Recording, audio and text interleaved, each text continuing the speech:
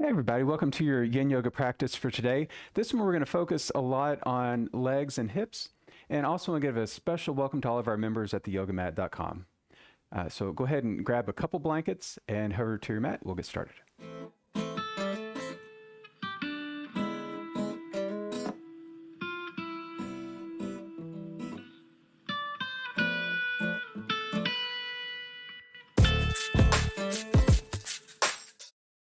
Good. So go ahead and come on over to your mat. You can grab a blanket here, and we'll just place it across the middle of the mat, and you don't have to use it for this. If your knees are a little bit more sensitive, you might want to. But again, just wide enough here that your knees will fit on it. And we're going to start with tadpole. So this is going to focus here on our inner thighs, and all of the Yin Yoga poses, they're going to focus on a specific target area. So this one's inner thighs, and we're just going to place just a little bit of stress on it. So mild to moderate amounts of stress, and it's going to get into our connective tissue and fascia, joints and ligaments. And we'll be staying in these poses for sometimes a minute, sometimes a little bit longer than that. So let's start to slide the knees apart. Again, until you feel a little bit of resistance here. So maybe a little wider than you would normally do for child's pose is a kind of a good place to start. Your toes can come together. Again, you can lower yourself down, maybe down to your forearms. You can go all the way down a little bit further there if you want to. And then you're just gonna settle in here. So again, see what that feels like to the inner thighs.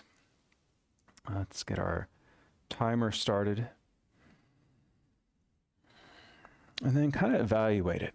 So if you think of it on a scale of 0 to 10, 0, you wouldn't be feeling anything here at all. 10, you'd be feeling like you were in a whole lot of pain. And so again, we don't want to get anywhere close to that. In Yin, mild is about a 2. Moderate is no more than a 4, maybe even a 5. And then this pose is probably one of the more milder ones. Again, just to get things woken up here a little bit.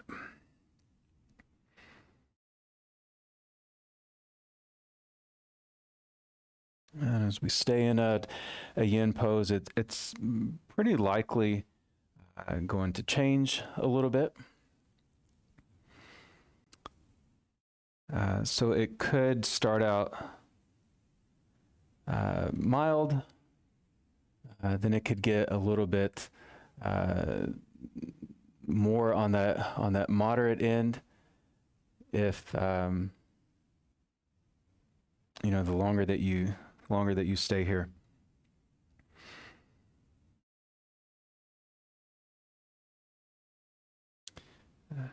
And we're a little bit more than halfway through this one. Again, if it gets to be too much, you can always come out of it. You can come out of a pose temporarily. You can come out of it altogether if you need to.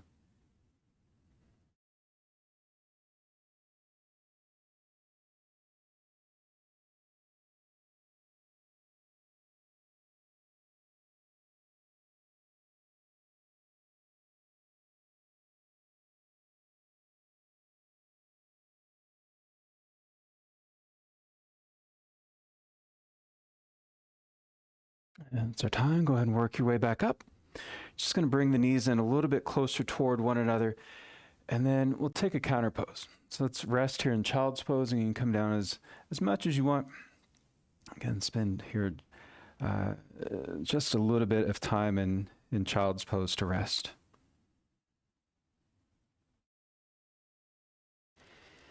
And then you can go ahead and start to work your way back up. And then with your blanket, fold it up a little bit more and then go to one end of your mat. So I'm going to go here to the left side. And we're going to set it for outrigger. So your left knee is going to be on the blanket. Your right leg is going to go out to the side. And this one's mainly going to target the inner right thigh. You might be able to get into this inner left thigh as well. And again, come into it until you feel a little bit of resistance in one or both of those target areas.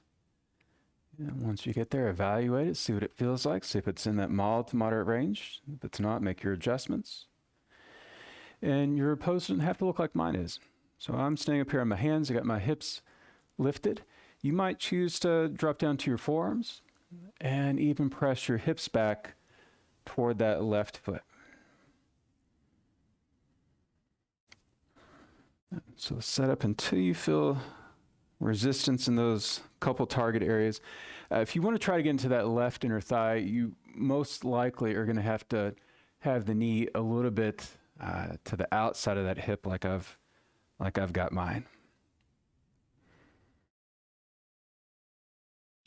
It's important as we start to go through these poses that that you don't feel any stress there in the knee.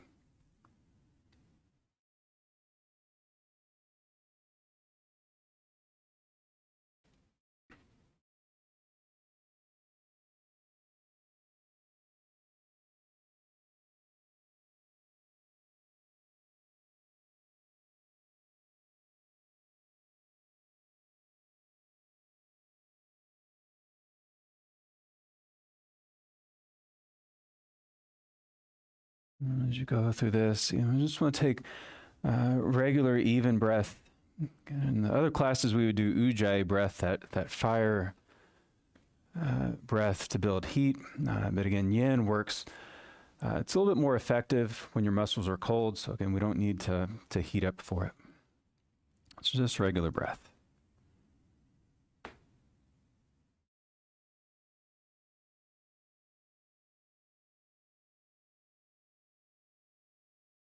And start to come back up to your hands. We'll bring this right leg back in slowly.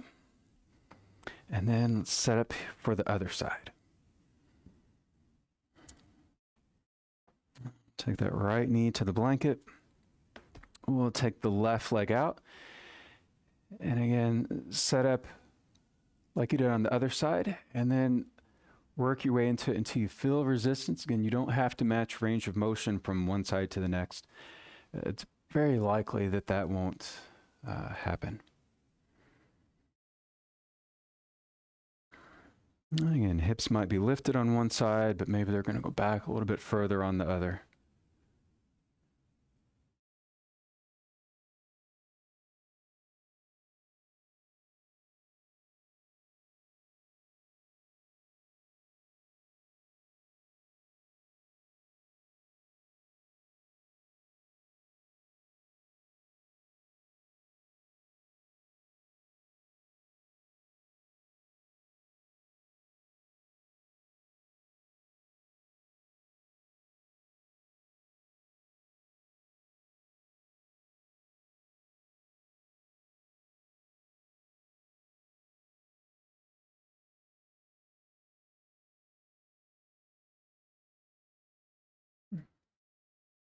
And we're right at that halfway point.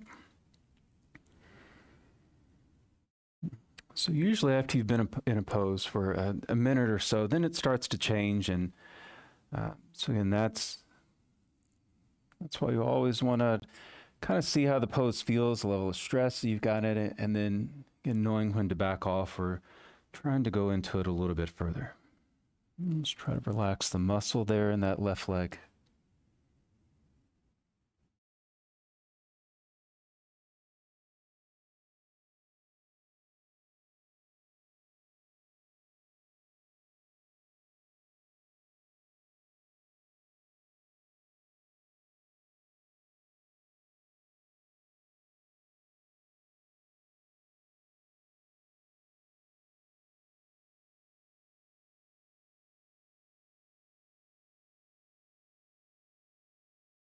And that's your time. Go ahead and work your way back up. Bring this left leg back in. And we're going to take child's pose again. So then rest back towards your heels. We'll take a little bit of rest. So we always want to take a counter pose after we've gone through a yin pose. Again, after some poses, you could feel a little bit of soreness, but it's pretty normal in yin. It just comes on right away, but it's temporary and should be gone pretty quick. You can start to come back up. We're going to use our blanket again. This time we're going to go through dragon. So the blanket to the middle of your mat. We'll have the right knee on the blanket, the left foot will come forward. This first one we're going to go through dragon tail, so we'll be targeting the right quad. In general, if the knee goes a little bit further behind the hip, that's usually going to mean you're going to get more stress in that leg. So that's how you control it. If you want a little bit less, slide the hip back over top of the knee. You're going to bend your back leg, reach back with your right hand, and then grab hold of your foot. And all you have to do is hold on. So let me get our time going here. So you grab hold with the foot. The left hand can stay there on the floor, or you can bring your forearm up to your thigh if you want to. If you had a block close by, you could take that block to the floor there to the outside of the left leg. I want to just work on keeping the right arm straight. So you don't have to pull it in and activate that muscle in there in the right arm just to get into it. So again, controlling the stress in it, let the hips drive further forward to add more, or to take away the stress in that quad, and just slide the hips a little further back.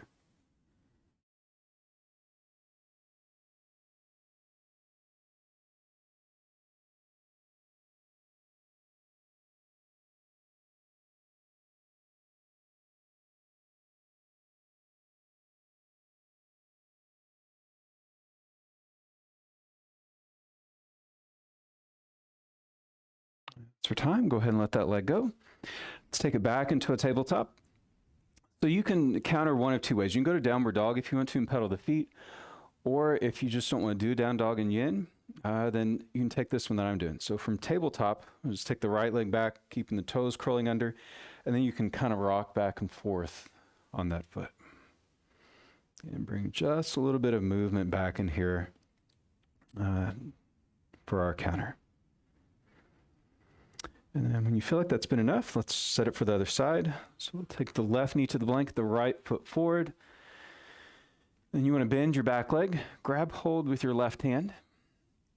And then again, completely up to you where you want to place your right hand. Maybe you stay down a little bit lower on this side.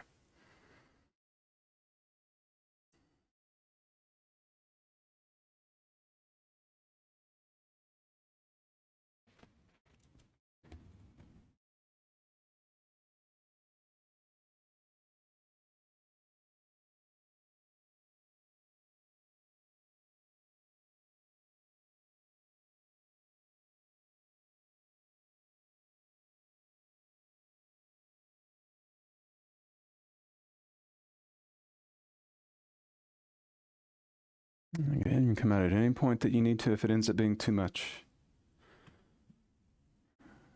Don't have to stay in any of them for the amount of time that I've got picked out.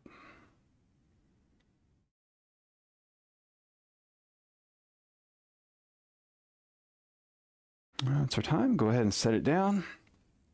Again, your choice of a counter pose, work through this tabletop counter or downward dog and pedal the feet.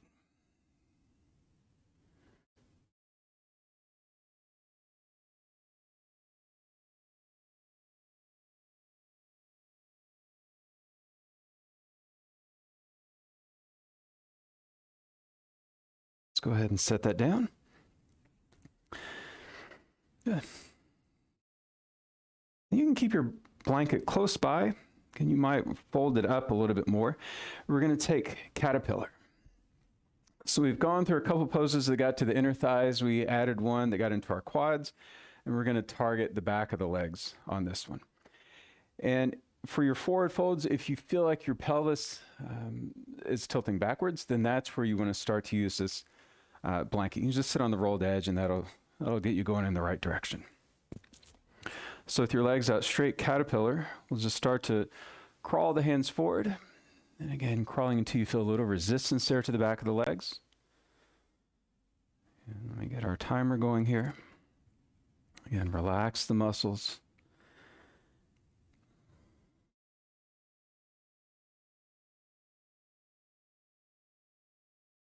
So you're targeting the back of your legs and your back as well. So if it's okay to let the back round a little bit, you can do that. Your other option is to stay a little bit more upright, keeping your back more in extension, crawling the hands forward like that. So if that bothers your back, to round it, and again, keep it up, keep it lifted a little bit more. And your legs straight or knees bent there if you need. So just settle here, settle into the pose, make any adjustments that you need to as we go through it. And I'm going to be a little bit more quiet here for the rest of class.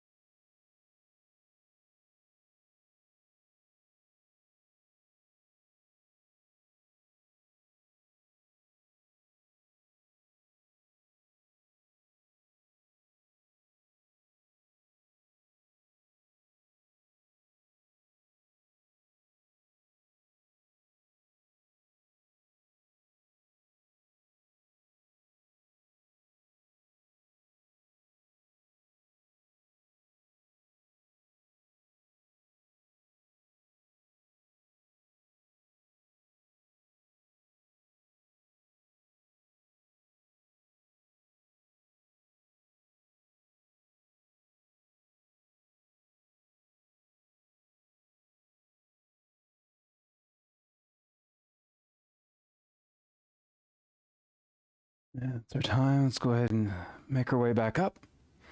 You want to take your hands back behind you.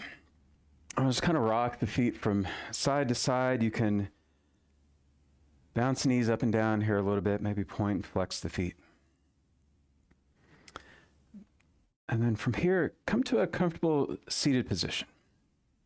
So we're going to finish with a little bit of hip opening work before relaxation.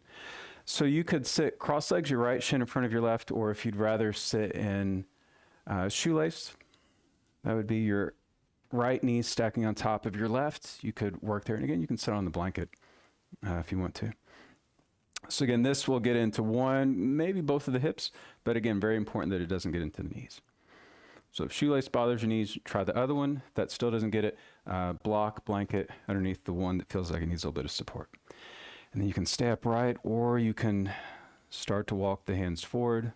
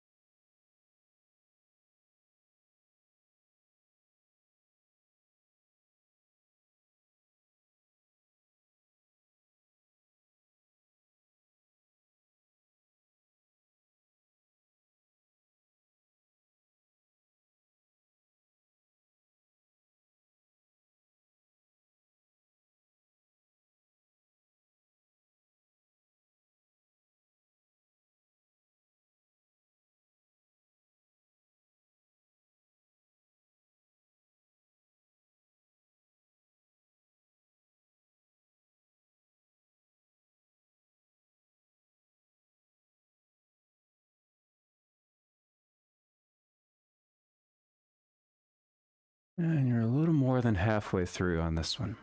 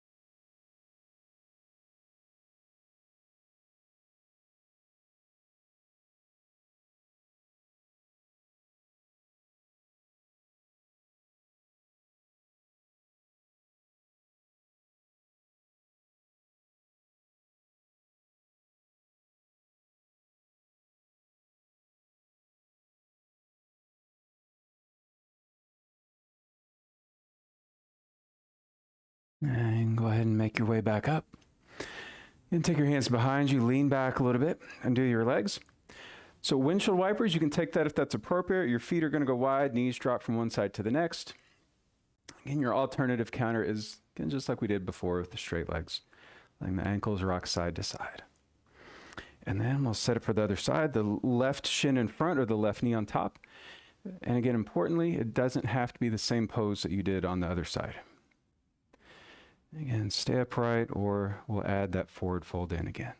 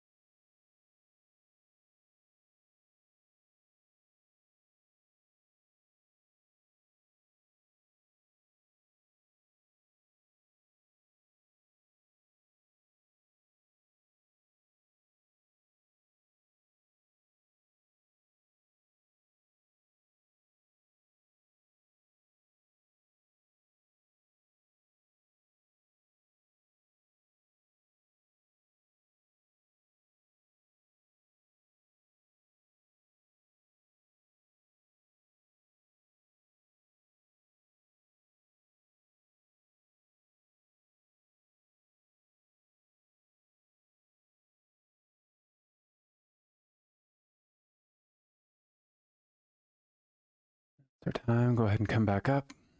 And take windshield wipers or that straight leg counter. Get either one. And then you can go ahead and lie down on your back. We've got just a couple minutes left for relaxation. If you've got longer than half hour for your practice today, then feel free to take as long as you want in Shavasana. Whenever you're ready, go ahead and lie down on your back, and we'll come to rest.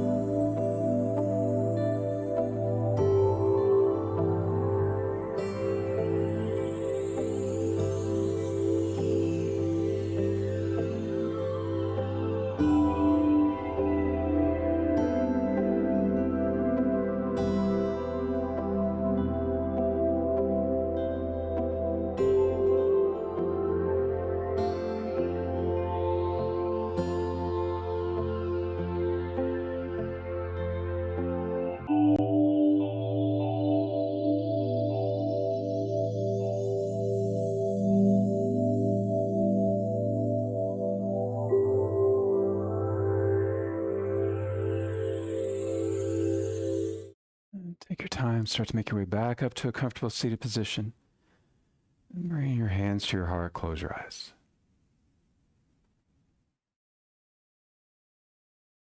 Thanks for practicing. Hey, grace your day. Namaste. See you next time. Hey, I hope you enjoyed that class. Don't forget to hit that like button and subscribe to get a new short form class every week.